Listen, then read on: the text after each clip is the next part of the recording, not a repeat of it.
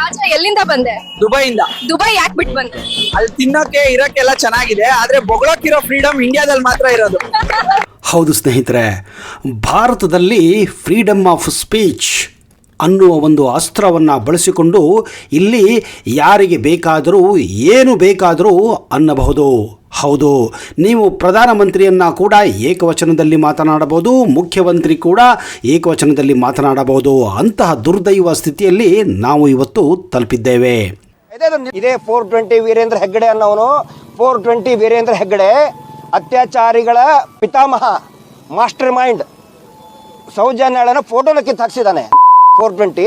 ಅವನನ್ನ ಅರೆಸ್ಟ್ ಮಾಡ್ಬೇಕಂತ ಹೇಳಿದ್ರೆ ಇದು ಏನು ಹೂತ್ ಹಾಕಿದ್ದಾನೆ, ಅದು ವೀರೇಂದ್ರ ಹೆಗ್ಗಡೆದೇ ಕೆಲಸ. ಅವ್ರು ಎಲ್ಲಿ ಸಿಗ್ತಾರೆ ಅಲ್ಲೇ ಒದಿಬೇಕು, ಅವ್ರು ಎಲ್ಲಿ ಸಿಗ್ತಾರೆ ಅಲ್ಲೇ ಒದಿಬೇಕು. ಇವು ಯಾವ ಒಂದು 4 ಕಾಂಜಿ ಪಿಂಜಿ ಚಿಲ್ಲರೆ ಕಾಸಿಗೋಸ್ಕರ ಅವರು ಯೂಟ್ಯೂಬ್ ಚಾನಲಲ್ಲಿ ಏನೇನೋ ವಿಡಿಯೋ ಮಾಡ್ಕೊಂಡು ಹಾಕ್ಕೊಂಡ್ರೆ ಯಾರು ಧರ್ಮಸ್ಥಳದ ಬಗ್ಗೆ ಕೆಟ್ಟ ಭಾವನೆ ಬರಲ್ಲ. ಆ ಚಿಲ್ಲರೆಗಳಿಗೆ ಚಿಲ್ಲರೆ ಥರನೇ ನೋಡಬೇಕು, ಅವ್ರು ಎಲ್ಲಿ ಸಿಗ್ತಾರೆ ಅಲ್ಲೇ ಒದಿಬೇಕು. ಹೌದು, ಧರ್ಮಸ್ಥಳದ ಸೌಜನ್ಯಗೆ ನ್ಯಾಯ ಕೊಡಿಸುತ್ತೇನೆ ಅಂತ ಕಂಡವರಿಗೆ ಕಂಡ ಹಾಗೆ ಬೈಯುವ ದ ಗ್ರೇಟೆಸ್ಟ್ ನಟ, ದ ಗ್ರೇಟೆಸ್ಟ್ ಆಕ್ಟರ್, ವಿಧಾನಸೌಧಕ್ಕೇನೆ ಬಾಂಬ್ ಇಟ್ಟಂತಹ ವ್ಯಕ್ತಿ ಧರ್ಮಸ್ಥಳವನ್ನ 100 ವರ್ಷಗಳಿಂದ ಕಾಪಾಡಿಕೊಂಡು ಬಂದಂತಹ ಧರ್ಮಾಧಿಕಾರಿಯನ್ನೇ ಏಕವಚನದಲ್ಲಿ ಹೇಗೆ ಬೈಯುತ್ತಾನೆ ಅನ್ನೋದಕ್ಕೆ ನಮ್ಮ ಭಾರತ ದೇಶದ ಒಂದು ಪರಿಸ್ಥಿತಿ ತೋರಿಸುತ್ತದೆ ಸ್ನೇಹಿತರೆ. ಹೌದು, ಈ ಧರ್ಮಾಧಿಕಾರಿಗಳು ಹಾಗೂ ಅವರ ಕುಟುಂಬ ಇಡೀ ಜೀವನವನ್ನೇ ಮಂಜುನಾಥನ ಸೇವೆಯಲ್ಲಿ ಕಳೆದಿದ್ದಾರೆ ಹಾಗೂ ಬಂದ ಭಕ್ತರಿಗಾಗಿ ಇಲ್ಲಿ ಅನ್ನ ಸೇವೆಯನ್ನು ಕೂಡ ಮಾಡಿದ್ದಾರೆ. ಈಗ ಕೆಲವರು ಹೇಳ್ಬೋದು, ಏನ್ರಿ ಅನ್ನ ಸೇವೆ ಮಾಡಿದ್ದಾರೆ ಅಂತ ಹೇಳ್ತೀರಾ? ಭಕ್ತರು ಕೊಟ್ಟಂತಹ ದುಡ್ಡಿಂದನೇ ಅನ್ನ ಸೇವೆ ಮಾಡ್ತಾರೆ. ಸ್ನೇಹಿತರೆ, ನೀವೇ ಏನಾದರೂ ನಿಮ್ಮ ಊರಲ್ಲಿ ಒಂದು ದೇವಸ್ಥಾನವನ್ನು ಕಟ್ಟಿ ನೋಡಿ, ಅಲ್ಲಿ ಬಂದಂತಹ ಭಕ್ತರಿಗೆ ಅನ್ನ ದಾಸೋಹ ಮಾಡಿ ನೋಡಿ, ಆಗ ಗೊತ್ತಾಗುತ್ತೆ ಅದರ ಹಿಂದಿನ ಪರಿಶ್ರಮ ಎಷ್ಟಿದೆ ಅಂತ.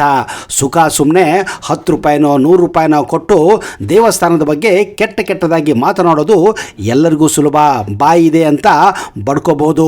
ಆದರೆ ಅದರ ಹಿಂದಿನ ಪರಿಶ್ರಮ, ಒಂದೇ ಒಂದು ದೇವಸ್ಥಾನ ಕಟ್ಟಿ ಅದನ್ನು ಮ್ಯಾನೇಜ್ ಮಾಡ್ಕೊಂಡು ಬರೋದು ಎಷ್ಟು ಕಷ್ಟ ಇದೆ ಅಂತ ಅಲ್ಲಿಯವರಿಗೆ ಗೊತ್ತು.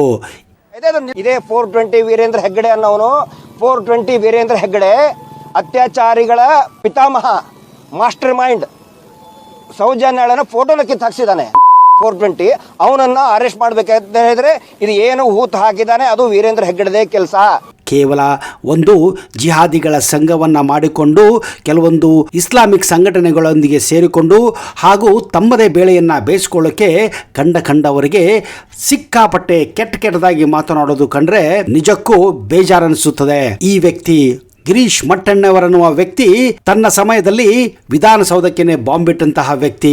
ಅಂತಹ ವ್ಯಕ್ತಿ ಅಬ್ಬಬ್ಬ, ಅವನ ಮಾತುಗಳನ್ನು ಕೇಳಿದರೆ ನಿಜಕ್ಕೂ ಬೇಜಾರಾಗುತ್ತದೆ. ಆದರೆ ಇವರನ್ನು ಸಪೋರ್ಟ್ ಮಾಡೋಕ್ಕೆ ತುಂಬಾನೇ ಜನ ಇದ್ದಾರೆ. ಯಾಕಂದ್ರೆ ಅವ್ರಿಗೆ ಬೇಕಾಗಿರೋದು ಸುಳ್ಳು ಸುದ್ದಿಗಳು, ಅವರಿಗೆ ಬೇಕಾಗಿರೋದು AI ವಿಡಿಯೋಗಳು. ಧರ್ಮ ಬೇಡ, ಧರ್ಮಸ್ಥಳ ಬೇಡ, ದೇವರು ಬೇಡ, ದೇವರ ಮೇಲೆ ಸಗಣಿ ಹಾಕಿದ್ರೂ ಪರವಾಗಿಲ್ಲ, ಅವ್ರಿಗೆ ಸುಳ್ಳುಗಳು ಬೇಕು ಅನ್ನೋದು ನಮ್ಮ ಜನರ ಒಂದು ಉದ್ದೇಶ ಆಗ್ಬಿಟ್ಟಿದೆ. ದಾಖಲೆ ಇದೆ ನಮ್ಮ ಹತ್ರ, ಇದೇ ಮೊಬೈಲ್ ನಲ್ಲಿ ಎಲ್ಲಾ ದಾಖಲೆಗಳು ಕೂಡ ಇದೆ, ತೋರಿಸ್ತೀನಿ. ಎಲ್ಲಾ ಸಾಕ್ಷಿಗಳನ್ನ ಜನರ ಮುಂದೆ, ಮಾಧ್ಯಮದ ಮುಂದೆ ಇಟ್ಟು ಇಡೀ ರಾಜ್ಯದಲ್ಲಿ, ಇಡೀ ದೇಶದಲ್ಲಿ ಒಂದು ಕ್ರಾಂತಿಯುತವಾದಂತಹ ಚಳುವಳಿ.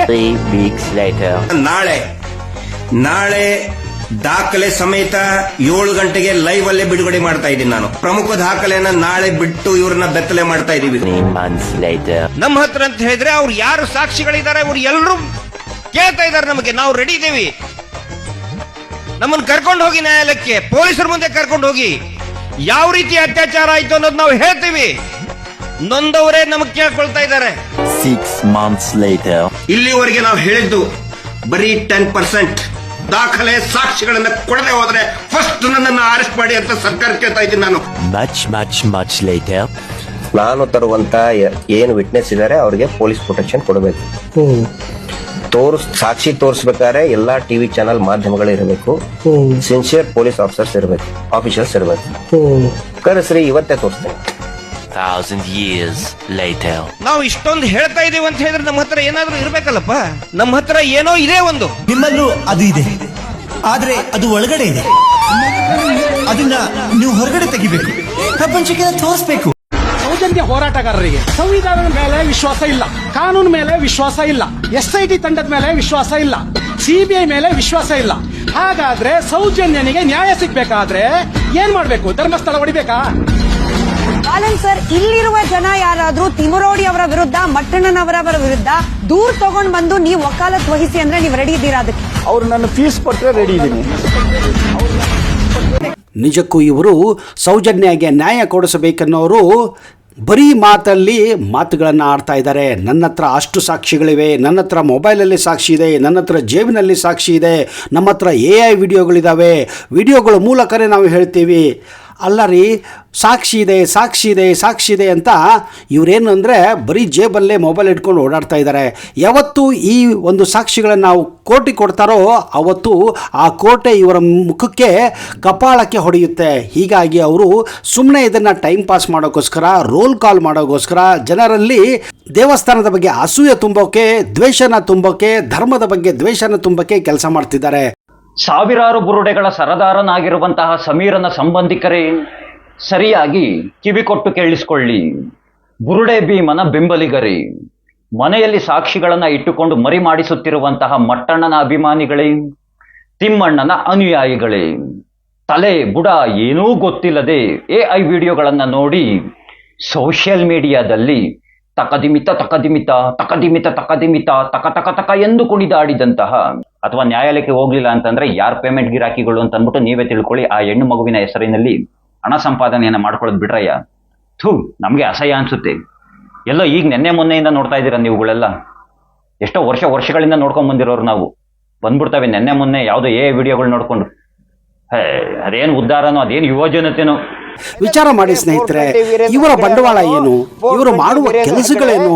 24 ಗಂಟೆ ಧರ್ಮಸ್ಥಳದ ವಿರುದ್ಧ ಮಾತನಾಡುವವರು ಇವರು ತಮ್ಮ ಮನೆಗಳನ್ನ ಹೇಗೆ ನಡೆಸ್ತಾ ಇದ್ದಾರೆ ಅಂತ ನಿಮ್ಗೇನಾದ್ರೂ ಸಾಧ್ಯನಾ? 24 ಗಂಟೆ ಧರ್ಮಸ್ಥಳದ ಬಗ್ಗೆ ಬೊಗಳೆ ಹೊಡ್ಕೊಂಡು ಟೈಮ್ ಪಾಸ್ ಮಾಡಿಕೊಂಡು ಅದರ ಬಗ್ಗೆನೇ ಮಾತಾಡ್ಕೊಂಡ್ರೆ ನಿಮ್ಮ ಮನೆ ನಡೆಯುತ್ತಾ? ನಿಮ್ಮ ಮನೆಯ ಅಡಿಗೆ ಮನೆಯ ಒಲೆ ಉರಿಯುತ್ತಾ? ಹೊಟ್ಟೆಗೆ ಅನ್ನ ಸಿಗುತ್ತಾ? ಸಿಗೋದಿಲ್ಲ. ಯಾಕಂದರೆ ಇವ್ರಿಗೆ ಬರ್ತಾ ಇರೋ ದುಡ್ಡು ಬೇರೆ ಕಡೆಯಿಂದ, ಕೇರಳದ ಕಮ್ಯುನಿಸ್ಟ್ ಪಕ್ಷದಿಂದ. ಇದಕ್ಕೆ ಸಾವಿರಾರು ಸಾಕ್ಷಿಗಳು ಈಗಾಗಲೇ ಬರ್ತಾ ಇದೆ. ಎಷ್ಟೋ ಜನ ಕೇಳ್ತಾ ಇದ್ದಾರೆ, ಸ್ವಾಮಿ ಸಾಕ್ಷಿಗಳಿದ್ದರೆ ಕೋರ್ಟಿಗೆ ಹೋಗಿ ಕೊಟ್ಟುಬಿಡಿ, ಸೌಜನ್ಯಗೆ ನ್ಯಾಯ ಕೊಡಿಸಿ. ಆದರೆ ನ್ಯಾಯ ಬೇಕಾಗಿಲ್ಲ. ಇಲ್ಲಿ ನ್ಯಾಯ ಬೇಕಾದವರು ಮಾಡೋದು ಬೇರೆ, ಆದರೆ ಇವರು ದುಡ್ಡು ಮಾಡೋಕ್ಕೆ ನಿಂತಿರೋದಿಲ್ಲಿ. ನ್ಯಾಯ ಬೇಕಾದರೆ ಯಾವತ್ತೋ ಸಾಕ್ಷಿಗಳನ್ನು ಕೊಟ್ಟಾಗಿರೋರು.